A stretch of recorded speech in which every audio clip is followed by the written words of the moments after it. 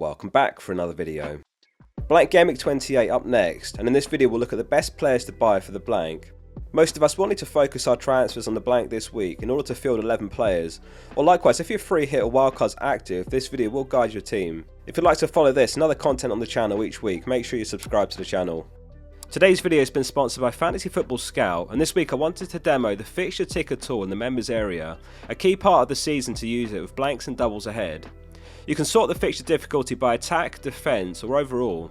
You can also adjust the game week ranges, for example if you wanted to identify who has the best fixtures over the next 4 game weeks. Click the link below to join the members area, it supports the channel too. Big thank you to Scout for their ongoing support this season. Let's begin with the goalkeepers, and the column with the next 5 game week projections particularly relevant here given the double game week 29 which follows blank game week 28. Ramsdale's top projected 4.5 points, followed by Kepa with 4.4. The two are neck and neck, both this week and over the next 5 game weeks, the reason being that Chelsea double in game week 29 when Arsenal don't, but Chelsea are likely to blank in game week 32 when Arsenal don't. Pope's projected 4.1 points and he faces Nottingham Forest away. A good fixture on paper, though Forest have only failed to score once at home all season. Pope does double in game week 29 against Man United and West Ham, and he doesn't blank in game week 32. One to strongly consider on a wildcard. A 9-pointer from Forster in game week 27 after saving a penalty and collecting a bonus point, though he's a hard avoid now with the expected return of Lloris in the coming weeks. Raya's projected 3.8 points this week, and over the season only Alisson has more points with 119 to Raya's 112. Brentford double again in game week 29 against Brighton and Man United, though Raya's appeal somewhat diminished now with game week 27 out of the way.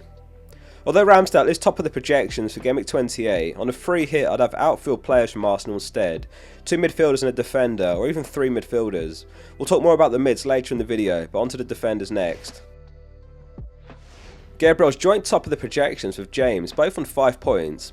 We talked in a recent video about how there's a double digit haul coming at some point with Gabriel, as he leads all defenders for expected goals this season, and it finally came in game week 27 with a goal and a clean sheet. A frustrating game week for many though, with points rooted to the bench. If you do plan to bench boost in game week 29, there's still time for the decision to come good. Given the constant issues with James, in my eyes Chilwell is the better pick, although projected slightly less this week. James has been unexpectedly missing from matchday squads many times this season. He's injured his knee, injured his hamstring, and now last game week he was out of illness.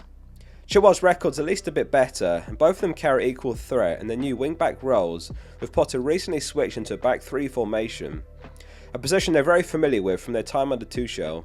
It was a sensational volley to find the back of the net last game week. In fact, Chilwell was game week 27's biggest XG overachiever. His volley had an XG of 0.01. Chelsea doubling game week 29 as well, with 2 home fixtures, so Chilwell's a standout defender transfer this week. Trippier was back among the returns last game week as well, with an assist against Wolves. No bonus points though, having unfortunately slipped, which was recorded as a big mistake leading to a goal. He's top among all defenders for projections over the next 5, and Newcastle play against Forest in game week 28. Brennan Johnson picked up an injury last game week, and he'll be a big miss if he misses out for Forest next game week. As a reminder, hold on to your transfers until later in the week, because there's lots of football to be played before the next deadline, including the rest of game week 27 for 4 teams and European football for 5 teams. Some teams involved in Europe don't play in game week 28, some do. Nonetheless, an injury to them could still change your transfer plans completely. Moving on to the midfielders, and the 3 Arsenal mids top of the projections, Saka with 6.1, Odegaard with 4.9 and Martinelli with 4.6 points. Trossard missing from the projections with some uncertainty on his minutes on the return of Jesus, though given his man of the match performance you expect him to certainly play again, but not a transfer worth making given the uncertainty on the horizon. Trossard, Odegaard and Martinelli all chipping in with returns last game week, but nothing from Saka. In earlier videos this season we had observed that when Nketiah was leading the line it had a negative effect on Martinelli, as Nketiah tends to stay central while Jesus and Trossard swapped position with Martinelli throughout the match when playing, so Martinelli was getting isolated and therefore the drop off in returns. Martinelli's recent average position per match shows that he has moved more central in recent weeks in Nketiah's absence, and unsurprisingly once more he's been delivering the points as he was earlier in the season with Jesus in the team. On a free hit I'd have Saka, Martinelli and one of Gabriel's Zinchenko. However, a triple Arsenal mid strong as well, and why not take a punt like that on a free hit, which is essentially a 1 week play. Son was back on the score sheet last game week and Tottenham's win over Nottingham Forest. You can only really make the case for him if you plan to wildcard into double game week 29, in which case he's a fun 1 week punt to consider, or perhaps on a free hit as well. Maddison's the last player to highlight here, very unlucky not to get a return in recent weeks. Against Chelsea he created one big chance from 3 chances. He had 2 shots on target and one of which was in the box. Tends to be the best player on the pitch for Leicester more often than not, and he faces Brentford next before a very strong double in game week 29 against Crystal Palace and Aston Villa, arguably the best of all the doubles. Against Chelsea he put a ball into the box to Marty which had an XG of 0.96, but Marty failed to score. Very unlucky not to get an assist, but the points will come. The likes of Buendia, Sarabia and McGinn all avoid. On a free hit the best formations looking like a 4-3-3 or even a 5-2-3. On that note, let's look at the forwards next, and if this video has been useful please remember to drop it a like and make sure you subscribe to the channel. Kane's top among the forwards for the fixture against Southampton, projected 5.8 points. He visits the Saints off the back of a 13-pointer, his second biggest return of the season. Captaincy will be interesting again in game week 28. To recap, Saka was projected 6.1 points and Kane 5.8. Little between the two. Watkins has unavoidably come into our thinking though. The most in-form forward right now is 6 goals and 1 assist in his last 7 games, only blanking once over that run. On top of that, Aston Villa play home against Bournemouth this week. There is a case to be made for selling Haaland this week. It is a brave call, but Man City blank this week and they have a single game week against Liverpool in game week 29. So with a player like Watkins you get 2 additional fixtures over the next 2 game weeks. However, we know what Haaland's capable of and he has the ability to match Watkins' output over the next 3 games in that Liverpool game alone.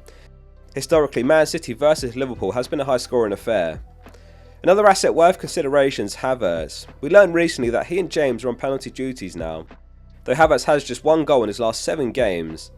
He's been playing through the middle and he faces Everton home this week, followed by 2 further home games in double game week 29 against Aston Villa and Liverpool.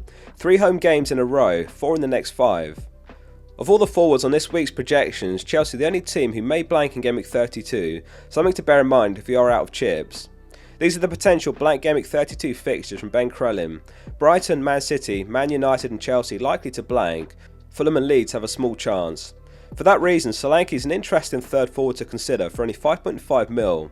Frees up a lot of money, 10 attacking returns this season, and they faced Aston Villa next, followed by a decent double game week with 2 home games to Fulham and Brighton, and then Leicester away in game week 30. That said, in my eyes, Watkins is the standout option after Kane, and I'm likely to make the Haaland to Watkins switch later in the week. The last name to highlight is Isak, who was really impressive in the win over Wolves, took his header brilliantly from a Trippier cross to put Newcastle ahead. The risk is that Wilson is an available substitute who Hal really likes and will use. That wraps up the video, thanks for watching. If it was useful, please drop it a like and make sure you subscribe to the channel. Lots more FPL content to come this week. See you soon for the next one.